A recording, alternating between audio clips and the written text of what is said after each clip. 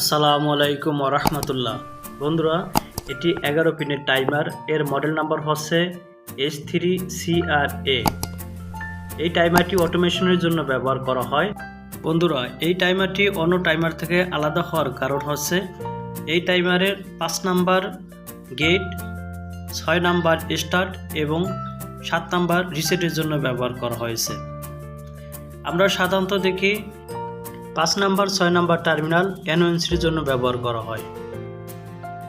বন্ধুরা, এই টাইমারে 2 নাম্বার থেকে একটু নিউট্রাল তার নিয়ে 6 নাম্বারে যতক্ষণ পর্যন্ত শর্ট না করবেন ততক্ষণ পর্যন্ত এই টাইমার থেকে আউটপুট পাওয়া যাবে না। বন্ধুরা, টাইমারের এই কালো রঙের নব হচ্ছে লেটার সিলেকশন মোড।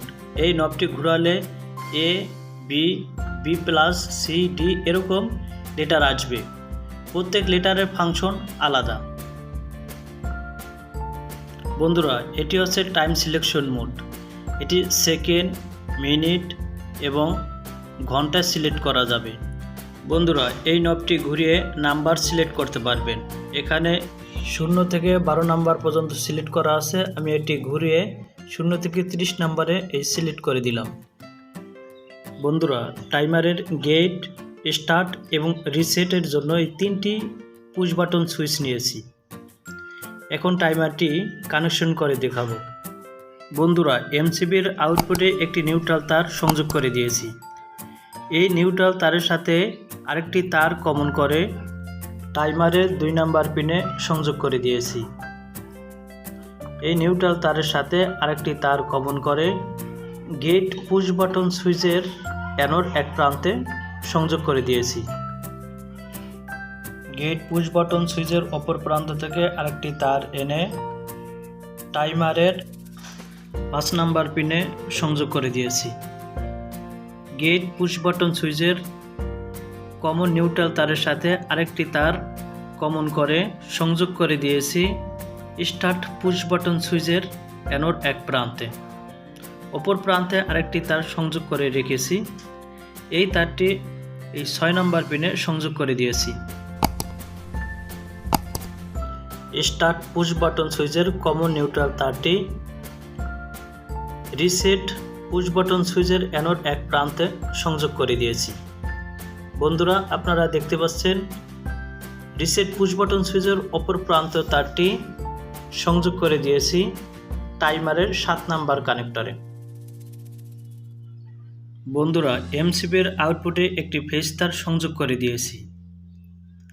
এই ফেজ তারের সাথে আরেকটি তার কমন করে এই তারটি সংযোগ করে দিয়েছি টাইমারের 10 নাম্বার পিনে।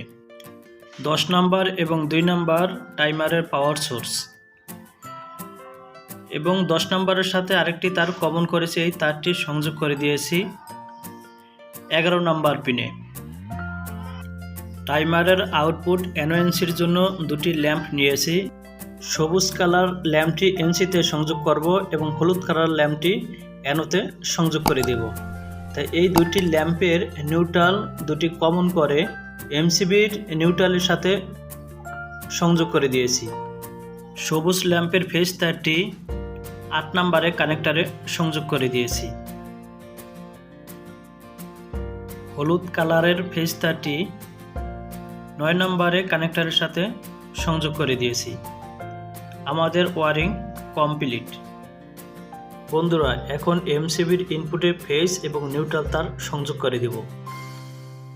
বন্ধুরা, আপনারা দেখতে পাচ্ছেন ফেজ এবং নিউট্রাল তার সংযোগ করে দিয়েছি। বন্ধুরা, টাইমারটি টাইমারের বেজের উপরে বসিয়ে দেব। বসানোর আগে এখানে একটি লক আছে, এই লকটি দেখে তারপর বসাবেন, নয়তো বসবে না। টাইমারটি বসানো শেষ এবং 2 পাশে আবার 2টি লক আছে যে টাইমারটি নড়াচড়া না করতে পারে। বন্ধুরা, এমসিবি অন করেছি। আপনারা দেখতে পাচ্ছেন সাথে সাথে সবুজ ল্যাম্পটি জ্বলেছে, কারণ সবুজ ল্যাম্পটি এনসিতে সংযোগ করেছি। বন্ধুরা, 2 সেকেন্ড টাইম সেট করে দিয়েছি। আপনারা এখন খেয়াল করবেন 2 সেকেন্ড অতিক্রম হওয়ার পরও এনওএনসি হচ্ছে না। যখন স্টার্ট বাটন পুশ করব তখন 2 সেকেন্ড পরে এনওএনসি হয়ে যাবে। আপনারা দেখতে পাচ্ছেন এই যখন পুশ করেছি, পুশ করার সাথে সাথে 2 সেকেন্ড গেছে এনওএনসি হয়ে যাবে। আবার যখন reset push button switch on করব তখন সে পূর্বের অবস্থায় ফিরে আসছে। আবার যখন স্টার্ট বাটন পুশ করব তখন 2 সেকেন্ড পরে এনওএনসি হয়ে যাবে। বন্ধুরা আপনারা দেখতে পাচ্ছেন এই এনওএনসি হয়ে গেছে। আবার রিসেট পুশ বাটন সুইচ চাপ দিয়েছি, তখন পূর্বের অবস্থায় ফিরে আসছে। বন্ধুরা তাহলে গেটের কাজ কি? টাইমারটি স্টার্ট করে গেট পুশ বাটন সুইচটি যখন পুশ করে ধরে রাখবেন তখন কি ও আর টাইমিং নেবে না, যখন ছেড়ে দেবেন তখন সে টাইমিং নেবে। বন্ধুরা আপনারা টাইমারের ল্যাম্পের উপরে খেয়াল করেন, গেট পুশ বাটন সুইচটি চাপ দিয়ে ধরে রেখেছি, যখন ধরে রেখেছি ব্লিঙ্কিং করতেছে না ল্যাম্পটি, যখন ছেড়ে দেব তখন ব্লিঙ্কিং করবে, ওই ব্লিঙ্কিং করতেছে আপনারা দেখতে পাচ্ছেন। আবার ধরেছি, আবার ব্লিঙ্কিং করতেছে না, যখন আবার ছেড়ে দেব এই ব্লিঙ্কিং করতেছে এবং ল্যাম্পটি জ্বলেছে। তাহলে অবশ্যই বুঝতে পারছেন গেটের কাজ কি। এখন আমি বি মুড সিলেক্ট করব, সিলেক্ট করে দেখব এটি কিভাবে কাজ করে। বন্ধুরা বি মুড সিলেক্ট করেছি, স্টার্ট পুশ বাটন সুইচটি পুশ করব, এই পুশ করেছি 2 সেকেন্ড পরে এনওএনসি হয়ে যাবে, আবার 2 সেকেন্ড পরে এনসি এনও হয়ে যাবে, এইভাবে কন্টিনিউ সে চলতে থাকবে।